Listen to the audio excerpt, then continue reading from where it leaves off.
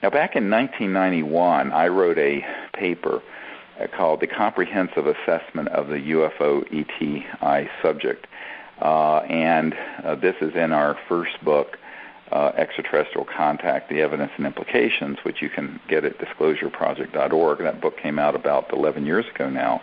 And what's very interesting, or 10 and a half years ago, and what's interesting is when I first wrote that paper, sort of a white paper that did a comprehensive look at this whole subject, it included a whole section on consciousness-assisted technologies and technology-assisted consciousness. In other words, consciousness-assisted technologies is where the ET beings, or human, interface with their spacecraft or device, and those technological capabilities are assisted and interface with mind.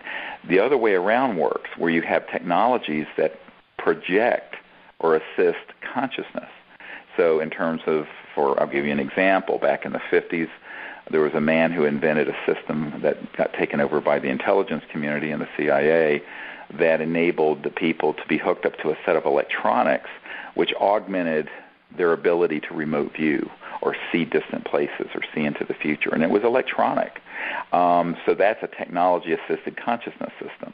So it works both ways, where the consciousness of the being or human can interface with the machine and augment its performance or project its performance or interface with it, but also where technology can assist consciousness. And that this is key to understanding extraterrestrial contact and extraterrestrial how they manifest around us. Because if you don't understand this, most of this is just going to be too bizarre for you to comprehend. Now, luckily, we have a whole history of people, anyone who's studied the deep knowledge of the Vedas and the deep knowledge that's in all the ancient traditions, whether Egyptian or Gnostic or Vedic or what have you, about the ability for consciousness and mind to affect healing at a remote distance, to allow for levitation, to allow for dematerialization, bilocation. There are many accounts of yogis who would manifest bodies in more than one place, et cetera, and so on. And so if you understand those deep sciences that are in the ancient Vedas, you're going to in Vedanta, you're going to understand the ETs really well. But if you don't have a foundation in consciousness and higher states of consciousness, you're going to be completely flummoxed if you're just running around trying to kick the tires of a UFO, because 99% of their technology has to do with the state of consciousness and their paradigm, their operational paradigm, which deals with these sort of issues. And I can tell you that this was well known in the intelligence community and the aerospace community way back in the 50s and 60s.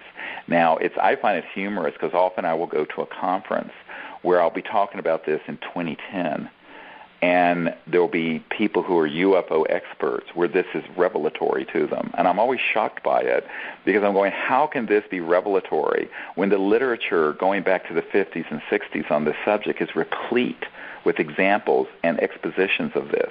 It's just that it gets pushed to the side because people really don't want to have their comfort zone pushed a little bit. They want to stay in the reductionist, material, linear, stick it in your mouth, eat it and smell it sort of world of materialism. And the problem with that, and there's nothing wrong with the five senses and the physical world, it's just that that's not all there is to the universe. And if it's all that you're focused on, you're going to miss more than 90% of how the ETs actually are in our environment, how they're interacting with humans, and how they appear and disappear and materialize and dematerialize.